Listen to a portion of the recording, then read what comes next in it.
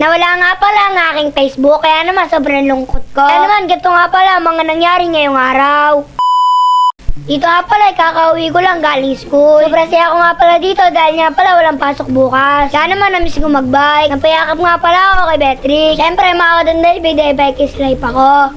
Dito nga pala, napatingin ako sa bike ni Papa Tampi. Mukhang matagal-tagal na rin pala na hindi niya ito nagagamit. Kaya naman, tinignan ko, sobrang dumi na nga pala. Kaya naman, naisipan ko nga pala itong linisan. Total, wala naman akong pasok bukas. Sa iba, mga kadanday, siguro nga pala lahat ay walang pasok. Dito nga pala, tinabi ko muna si Beatrix. Bigla ko nga pala dito napansin si Ninja Lu. Dito nga pala, namiss ko si Ninja Lu. Kaya naman, sumakay ako dito. Susunod nga pala, gagamitin din natin ito. Pag hindi na nga pala, busy si Papa Tampi. Dito nga pala, ilalagay ko na si Tampi Lock sa standby. Para nga pala, masimulan na ang paglilinis. Kumuha ko nga pala dito ay maiwaga ang baul ko. Kumuha nga pala ako dito ng panlinis. Pumili nga pala ako dito ng water spray. Bali nga pala, pink ang kinuha ko. Dahil nga pala yung isa ay sira na. Dito nga pala, gumawa na rin ako ng basahan. Ang una ko nga pala dito ginawa ay binuhusan ko muna. Tapos nga pala, nilagyan ko na ng degreaser. Dinamihan ko na nga pala para ito ay may epekto.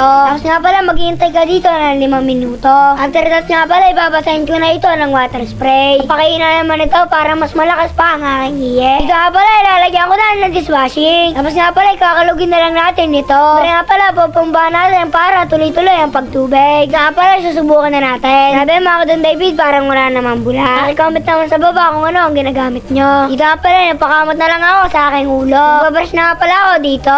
Brush nga pala ang aking gamit. Para nga pala matanggal yung mga dumi-dumi. Pagtapos nga pala, tignan natin. O diba mga kadon David, nalinis na. Kaya naman, okay na tayo dito. Kabalag na nga pala ito ang mga ginagamit. Para nga pala hindi magalit si Papa Tampi. Saka nga pala, ano ang masasabi niya sa aking nilalagyanan. Dito nga pala, ipapasok na ako sa loob. Kumanin ko nga pala yung cellphone. Upang mag-video-video sa aking mga bag. Dahil nga pala, ang hilig ko gumawa ng montage. Nga pala, ina-upload ko ito sa aking page. Para naman mapanood nyo ito. Siyempre nga pala, binidyoan ko rin yung kay Papa Tampi. Pagtapos nga pala, mag-upload na ako.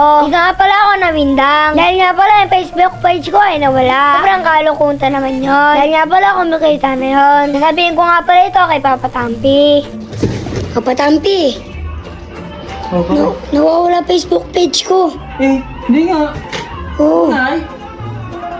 Natitingnan ko nga. Grabe mga katampi, nawala nga. Sayang naman. Meron na siyang $10 din eh. Grabe, anong kaya nangyari?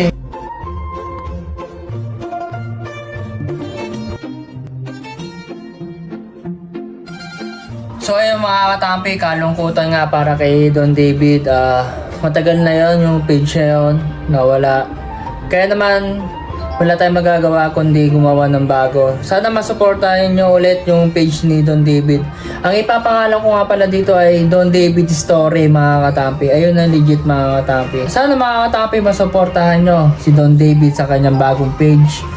And then, kung anong nawala, ay ibabalik din yun mga katampi. Diba Don David? Okay lang yun. So yun mga katampi, Don David Story yan, legit yan guys. 0 pa lang at 0 pa lang mga katampi. Kaya ano pa hinihintay nyo mga katampi?